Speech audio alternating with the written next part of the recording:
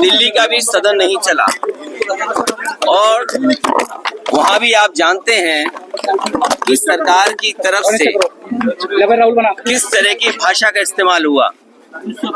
हम आप सब बाबा साहब भीमराव अम्बेडकर जी को बहुत सम्मान करते हैं। बाबा साहब भीमराव अम्बेडकर जी का योगदान इस देश के संविधान बनाने में और इस देश को एक ऐसा संविधान जिसमें सबको हक और सम्मान मिलता है, वो बाबा साहब भीमराव अम्बेडकर जी ने दिया। लेकिन आप देखिए उनके सम्मान में किस तरीके से भाषा का इस्तेमाल हुआ है। ये वही लोग हैं जो संविधान कभी बदलना चाहते थे और लोकतंत्र पे हमला करने के लिए कि हमारा लोकतंत्र कमजोर हो जाए। लोकतंत्र वो है जिसमें हम लोगों की बातों को सुनते हैं, हर इंसान को जोड़ करके लोकतंत्र है। लेकिन ये लोग मन विधान से चलने वाले लोग एक तंत्र पसंद करना चाहते हैं। ये तो हालत दिल्ली की है। और यूपी की हालत जो है, हमारे जो मुख्यमंत्री जी, उनकी भाषा तो ऐसी है कि अगर आप सुने तो आपको भी गुस्सा आ जाएगा। उनकी जो भाषा सदन में है वो शायद डेमोक्रेटिक नहीं है, एक सम्मान की भाषा नहीं लगती है। अगर राइट टू स्पीच है तो कहीं ना कहीं हमें राइट फॉर सम्मान की भी बात करनी पड़ेगी।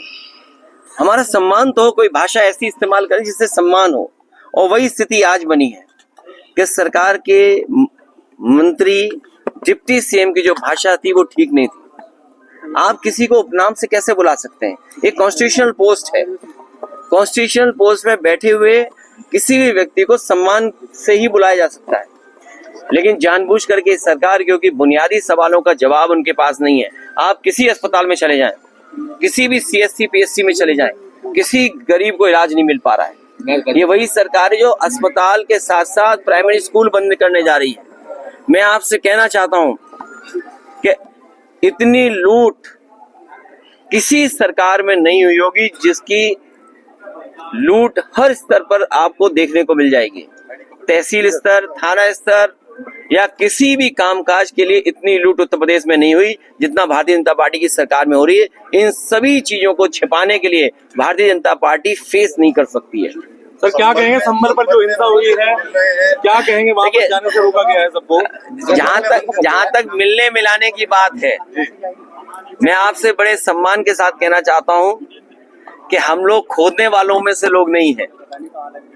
देश और समाज को तरक्की खुशहाली पे रास्ते पे ले आने के लिए नए रास्ते खोजते हैं, खोदने वाले नहीं हम लोग नए रास्ते खोजने वाले हैं और ऐसे रास्ते खोजना चाहते हैं जिससे हमारा देश मजबूत हो।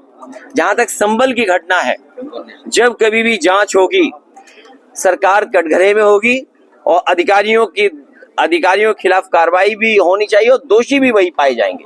संभल हिंसा पर आप लोगों ने विरोध किया है, बसपा जबकि समर्थन देता है। मुझे दूसरे दल का नहीं पता कि दूसरा दल किसके साथ खड़ा है। One nation one election, one nation one ration, one nation और एक ही इलाज है इनका, वोट।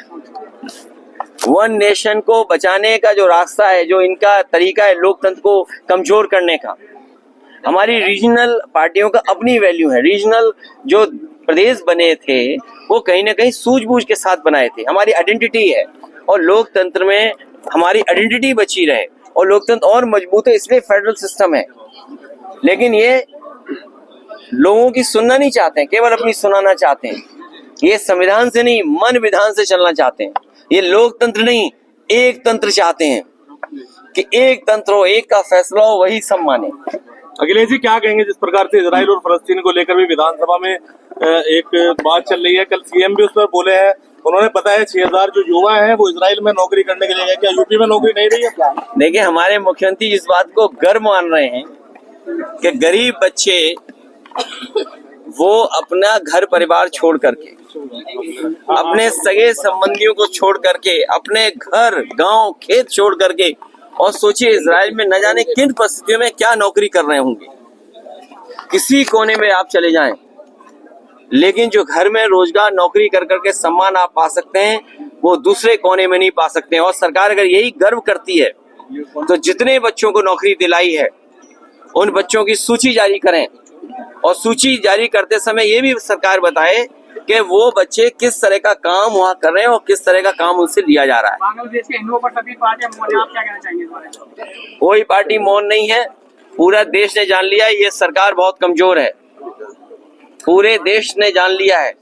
और सच्चाई तो ये है कि हम अपने प्रदेश में, देश में जिस तरीके से अल्पसंख्यक समाज को सम्मान के साथ और रखें, उनका विश्वास और जीतें, उसी तरह का व्यवहार और देशों में होना चाहिए अल्पसंख्यकों को लेकर। सर, समाजवादी पार्टी दिल्ली में नजदीकियां बढ़ा रही है अरविंद केजरीवाल के साथ, क्या कहें, क्या हमारी सबसे नजदीकियां बढ़ेंगी जो बीजेपी को हराने में आगे आएंगे।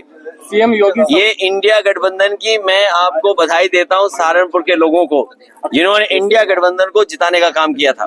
सीएम योगी जो है संसद से बयान दे रहे हैं। किस पे? मैंने आपसे कहा कि खोदने से भाईचारा नहीं अच्छा होता है, खोदने से हम स्वार्थ खो देंगे, खोदने से हम भाईचारा खत्म कर रहे हैं। और प्लेसेस ऑफ वर्शिप एक्ट जो हमारा कानून है, तभी तो हम और आप सबसे ये चर्चा करते थे कि भारतीय जनता पार्टी के लोग संविधान पे नहीं चलना चाहते हैं, ये लोकतंत्र पे भरोसा नहीं करते हैं, एक तंत्र पे भरोसा करते हैं। मुख्यमंत्री जी ने कहा योगी आदित्यनाथ ने कि समाजवादी और कांग्रेस का तलाक होने जा रहा है, इसके बारे में क्या ख्याल है? उन्हें क्यों इस बात की चिंता है? उन्हें किस बात की चिंता है? मीरापुर चुनाव में मुख्यमंत्री जी ने कहा है। वैसे हालांकि वो इतने कैमरों के सामने वो बात नहीं कह सकता हूँ जो मेरे मन में आई बात कहने की। सीएम योगी लगातार वो बात आप समझ गए होंगे।